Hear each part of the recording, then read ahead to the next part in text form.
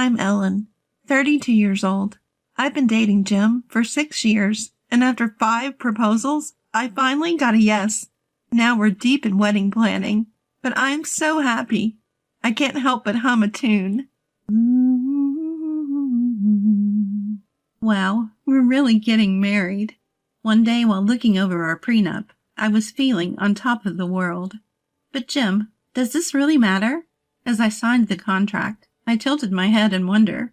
You see, Jim's one condition for accepting my proposal was to have a prenup. Assets we bring into the marriage stay our own. No meddling in future inheritances. If things change, like having kids, we'll revise the contract. I get that it's important, but did we need it in writing? When I asked, he said, Well, think of it as insurance. Oddly vague. But if that's all it takes to marry Jim, I didn't dwell on it. However, the reason behind this would soon come to light. Jim has 2 older brothers. I met them briefly before the wedding during a visit to my future in-laws. They're not bad, but both are a little quirky. Listen to them, but don't take everything to heart. Otherwise, you'll get carried away. Caught off guard by Jim's blunt intro, I chuckled awkwardly, noticing that even my future in-laws agreed. I didn't think much of it, especially since our next meeting was at the wedding. Then, out of nowhere, I get a call one day when Jim's working over the weekend.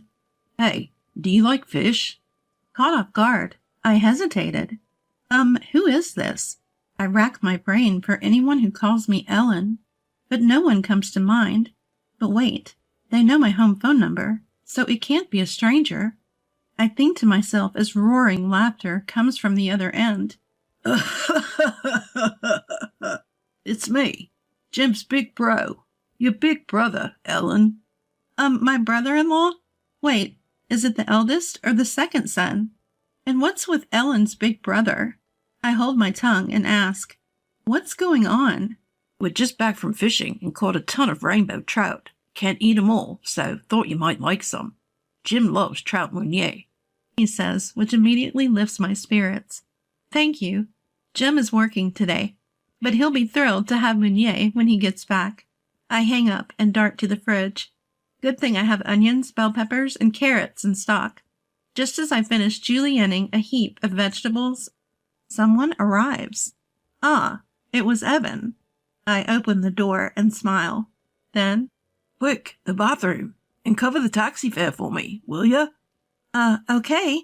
I pay the taxi driver as my brother-in-law rushes to the toilet. After settling the bill, Evan comes out of the bathroom, takes a deep breath, and grins. Thanks. And while you're at it, my brother-in-law extends his palm towards me. Hand over some cash. Huh? Reading my confusion, he clarifies. For the fish. Let's say $50 should do it. What? I nearly dropped my wallet in surprise. I should have asked earlier, but I had assumed that the fish were for sharing, not buying. Of course, I felt bad for just taking. So I had prepared some unopened premium snacks as a thank you gift. So I wasn't expecting it to be totally free, but $50? My brother-in-law looks at me as if it's only natural for me to pay. He's made the effort to come here. He's brought a lot of fish, and the last thing I want is for this to turn sour. I calm myself and pull $50 from my wallet and hand it to him. Thanks. The fish are in the cooler. I'll leave the gear here. Tell Jim to get it back to my place later. Gotta go. Wait, Evan? I'm puzzled by the casually abandoned cooler and fishing gear in the foyer. Ignoring my confusion, my brother-in-law takes the $50 and swiftly leaves. Wait a second. He's already gone, leaving me blocked in by the gear. What the? Why leave all this stuff here? Our place isn't big. It's in the way. Oh, and the taxi fare. I remember that he hasn't paid me back for fronting the cab fee. I hesitate to ask Jim to both take the gear back home and collect the taxi money. Then when I open the large cooler my brother-in-law left behind, I can't believe my eyes. On a bed of overly piled ice lay only 3 small trout, each barely 2 inches long. You've got to be kidding me. I slumped down in my doorway, defeated. What am I going to do with the shredded veggies? I had other issues, but I was too stunned for other words. Months later, I found myself heading to a cafe. I have something important to discuss, but keep it a secret from my brother. The one who reached out in a desperate tone was Brant. My brother-in-law warned that it was an important matter that also could affect my husband's future, and insisted that I shouldn't even tell my parents-in-law or my husband. Though it felt a bit sketchy, the cafe he chose wasn't a shady place, and it was during daylight hours, so I decided to at least hear him out. Ellen, over here. As I walk into the cafe, I'm greeted loudly by name. The shout echoes in the cafe, drawing the eyes of other patrons in my direction. Embarrassed, I nod my apologies to the surrounding customers and hastily head toward my brother-in-law's table. Ha! You're so shy, so cute, Ellen. His loud voice again attracts attention, making me cringe. Could you keep it down? Cutting off my request for him to speak more quietly, he blurted, Let me introduce you. This is my new girlfriend. A beautiful woman stands up from a spot I couldn't see. Hi, nice to meet you. Suddenly, I'm slapped hard across the face by a woman who angrily shouts, Are you kidding me? I'm left stunned, my cheek tingling. Why did a woman I just met slap me? As I'm losing my words, the woman storms out, loudly declaring, This woman is your new girlfriend. I'm disgusted. Goodbye to you. What the... Evan, what is going on? I wince at the pain on my cheek as I start to demand an explanation. Why did this just happen? Anger surges up inside me. You said this was important regarding my husband's future. Outrageous, I protested. But my brother-in-law just laughed it off. My brother-in-law chuckles. Sorry, we were breaking up. You helped me clear the air. Thanks for playing the role of the girlfriend. Hey, don't get mad. Let's talk this through, Ellen. Don't call me Ellen. Although I'm furious, my brother-in-law is unfazed. Oh, come on. This kind of thing happens. Are you kidding me? This is the first time something like this has happened to me. How can I possibly stay calm? I couldn't help but yell. Then my brother-in-law says, Well, Ellen, you're scarier than you look. Surprising. But hey, look around. You're freaking out the other customers. I snap back to reality. As I look around, I see a multitude of faces staring at me. Confusion, annoyance, curiosity. Unable to withstand the gazes, I crouch down. My brother-in-law strides past me. Well, see you. Say hi to Jim for me. Evan, wait! Before I could catch up, he's out of the cafe. Then a timid waiter approaches me. I'm sorry, your bill? What the heck is going on? I wouldn't have shouted just like that if no one were around to hear me. I was fed up with Evan and Brant for what they had put me through. I told my husband everything, and we agreed to ignore any messages from his brothers, unless absolutely necessary. Any necessary communication would go through my husband, and that's how we'd been handling it. But when it comes to my parents-in-law, it's a different story. They've always been wonderful to me, and besides, they're my beloved husband's parents. There's no way I could say no to joining their 60th birthday celebration. Wow, this place is bigger than I imagined. It's breathtaking, and the garden looks amazing. Is that a guest house? Yes, the main house is relatively new, but the guest house is a relocated traditional home. It's about 230 years old. Thatched roofs and verandas? Does that work well? Can I take pictures later? My mother-in-law, who loves old buildings, looked delighted, which made me smile too. Of course. My mother-in-law's cheeks flushed charmingly, and next to her my father-in-law leaned against a thick pillar, squinting in satisfaction. They both looked incredibly happy. They'd requested the party be held in this old house I'd recently inherited from my grandparents. Our first meeting was during a tour of old buildings. We sat side by side on the porch, had coffee, and hit it off when we realized we were the same age. It was some time ago when my father-in-law shared his bashful story of how he and my mother-in-law first met. Perhaps I should have invited you before we started moving the furniture. I felt a pang of regret. This house had been rented out as a restaurant until last week. After its closing, They had requested to tour the empty place, but maybe I should have shown it to them when it was still furnished. No worries, it's perfect this way. The peace and quiet lets us really soak in the atmosphere, my mother-in-law reassured me.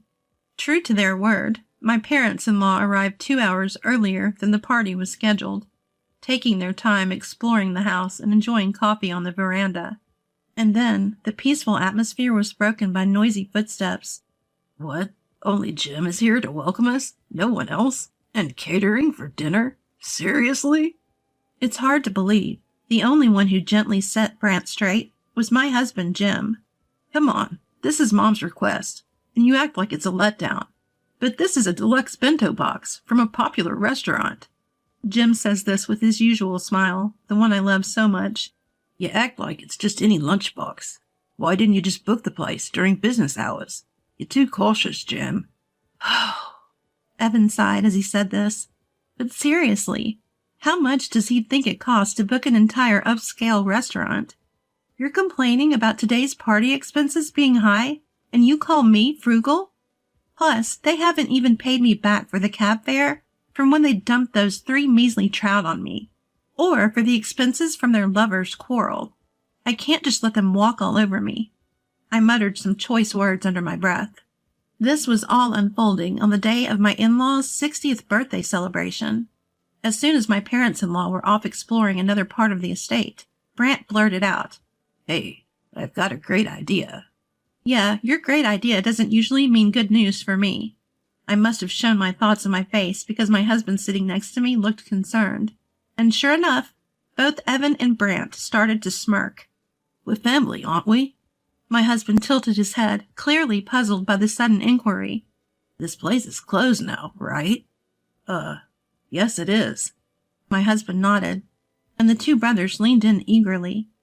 Man, you hit the jackpot, marrying into money. Yeah, really. You've got this massive estate all to yourself now. They sang this in a sycophantic duet. Are you guys misunderstanding something? But my husband's words went in one ear and out the other. Can't hog it all to yourself, right? A little sharing won't hurt. At this point, their enthusiasm almost made me nauseous. Then it dawned on me. What would you like? I forced a smile, and their eyes lit up.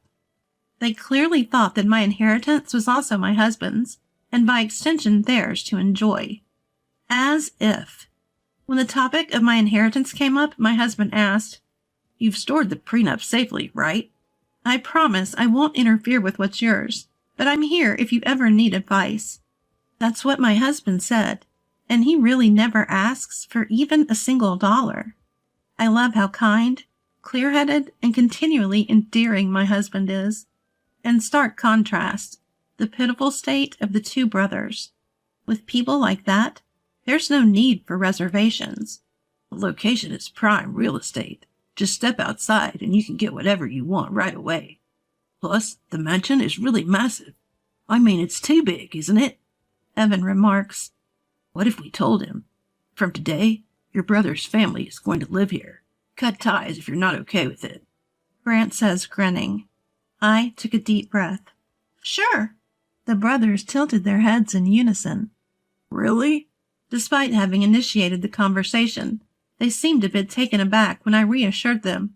It's fine, really. Feel free to do as you please. Not just Evan's family, but you too, Brant. Here are the keys. Handing them the bundle of keys, they all looked pleased with themselves. Good on you for being so understanding. Nice going, sis. Eagerly, they began their moving preparations. Ellen? I turned my real smile toward my concerned husband. Don't worry, it's all good. Fast forward to a few days later. We were relaxing at home when the doorbell was frantically rung.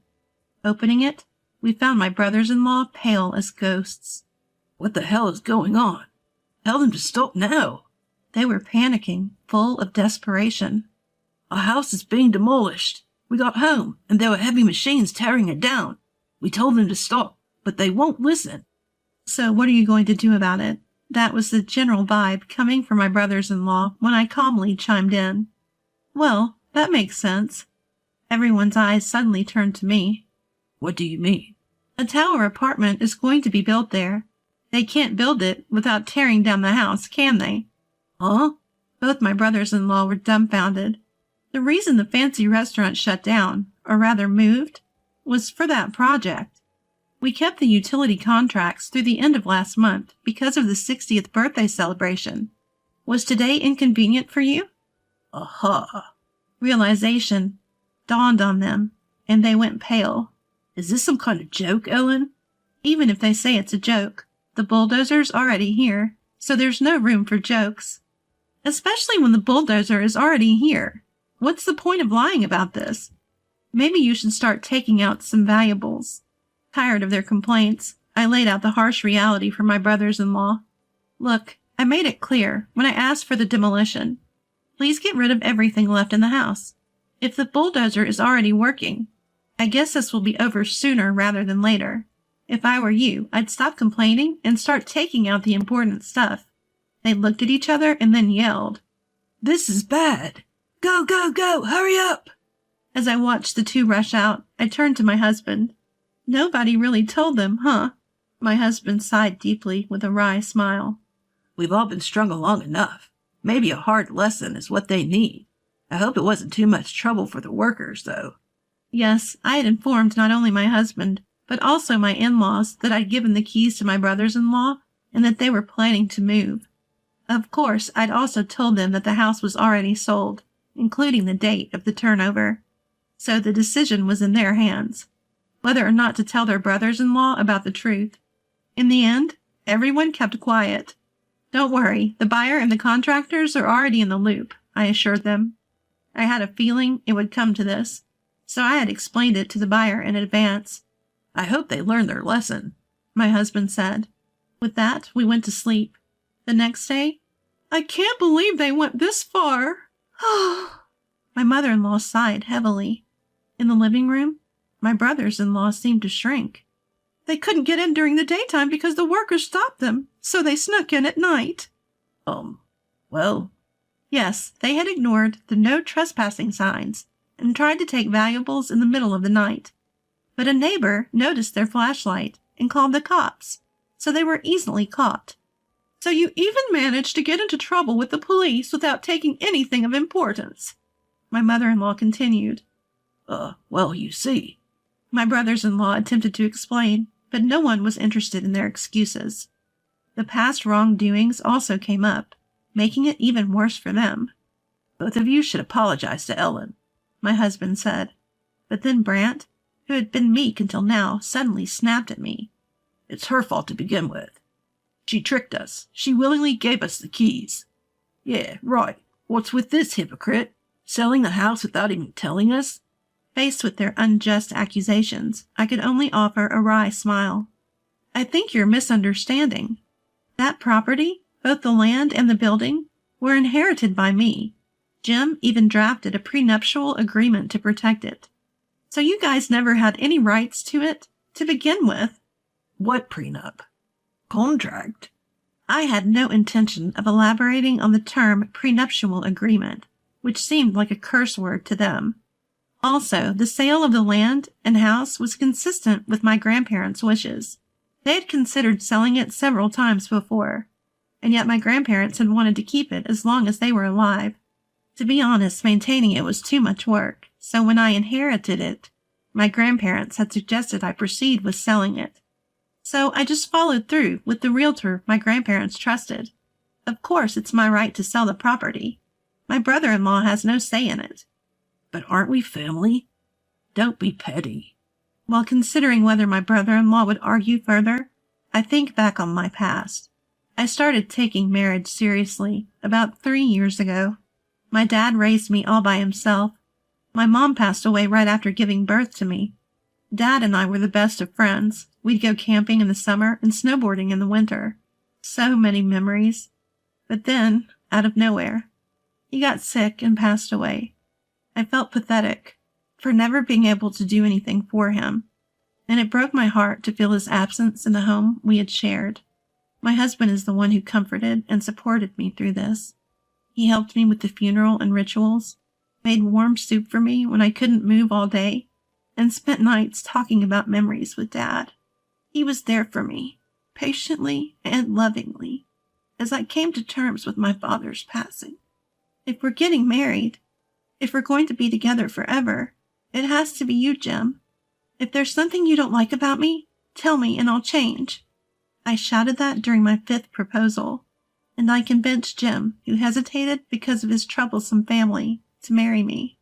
I don't regret that decision one bit. I always wanted to honor my grandparents' wishes after my dad passed away. And then there are these in-laws of mine. You haven't learned your lesson, have you? I was going to go easy on you, but not anymore. I'm going to demand compensation for all the trouble you've caused. That includes taxi fares, overpriced fish, emotional distress from slaps, food and drinks at the cafe, utilities you used extravagantly in that mansion, and more. My husband enumerates the damages, leaving my in-laws speechless. Are you serious? Down to the last detail? Are you thieves or what? And then there was more to come for my tearful in-laws. We're cutting ties. Yikes. Wait, Dad, please. Afterward, they were ousted from the family, shunned by distant relatives, and left with no one but each other in a tiny one-room apartment. Is this really okay? It's so wonderful. In the newly built tower condominium, we became neighbors on the same floor with my parents-in-law. Of course, one of the sale conditions was that we'd get a whole floor in exchange for the land. Thank you for accommodating my wishes. Some parts of the old house my grandparents left behind, like beams and furniture, were incorporated into our new home. We took new photos with my in-laws. We'll display these next to the old pictures. Captured there were the smiles of all my loved ones. I resolved to cherish these smiles forever.